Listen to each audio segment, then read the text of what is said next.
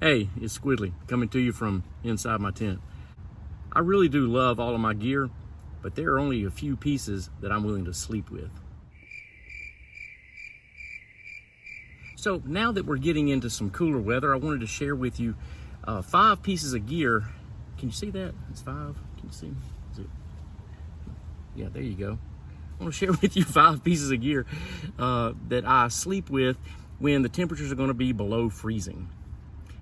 And I'll also give an explanation for most of this as we go along. I think it mostly makes sense, but for anybody who's new and maybe it doesn't make sense why you would do this and you need an explanation, I'll give you one. All right, so the first one is my water filter. Can you see that? And I don't sleep with my whole filtering kit. I'll put that outside. But I do sleep with the filter when it's going to be below freezing. And the reason why is no matter how much you shake this out, no matter how much you try to get the water out, you will not get all of the water. And when it freezes, water expands and now your filter is not filtering. So what I do is, again, because it has water in it, I put it in a Ziploc bag, seal that up because I don't want the water in my sleeping bag, and that will go in my sleeping bag with me. Now, let's talk about the sleeping bag for just a second because it'll help make sense with all this. I do have a sleeping bag and not a quilt, but I don't zip that all the way up.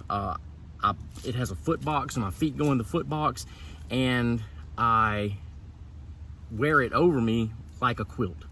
So the filter is the first one and it goes in my foot box. The second one is my fuel canister.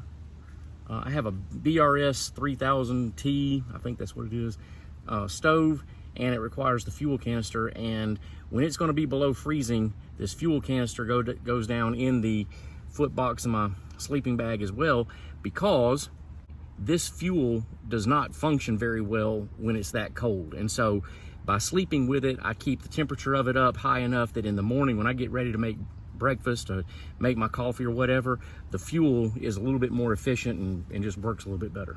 All right, the third one, and this one I think is probably a little bit more obvious. I put my water bottle. Now, sometimes I'll go to bed with no water in my water bottles, and that's pretty efficient actually, because then I don't have to worry about keeping it warm. But what I'll do is make sure that the top is on there really tight. This one's about 2/3 full. And I either put this in the foot box, and sometimes I lay it just beside my sleeping pad, and then the sleeping bag, again, wearing it as a quilt or sleeping under it as a quilt, laid over it will trap enough of my body heat to keep it above freezing. The fourth one is my electronics. This is my battery bank. I also use my phone, but I'm currently using my phone to film with, so I can't show you that.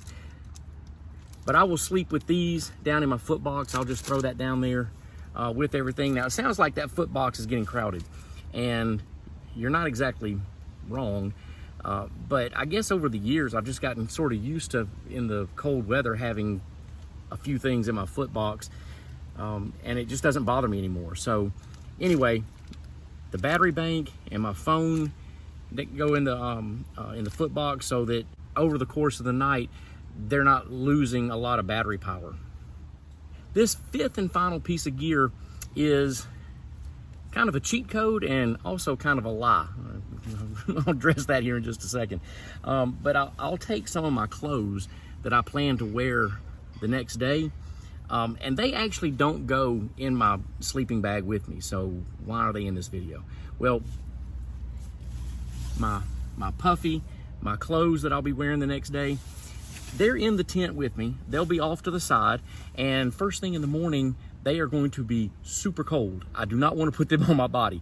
And so what I'll do is, just a few minutes before I'm ready to actually get up, instead of bringing them in with me and putting them down in my foot box and keeping them there all night, instead, I'll just bring them in for 4 or 5 minutes while I'm waking up, and I will just warm them up that way.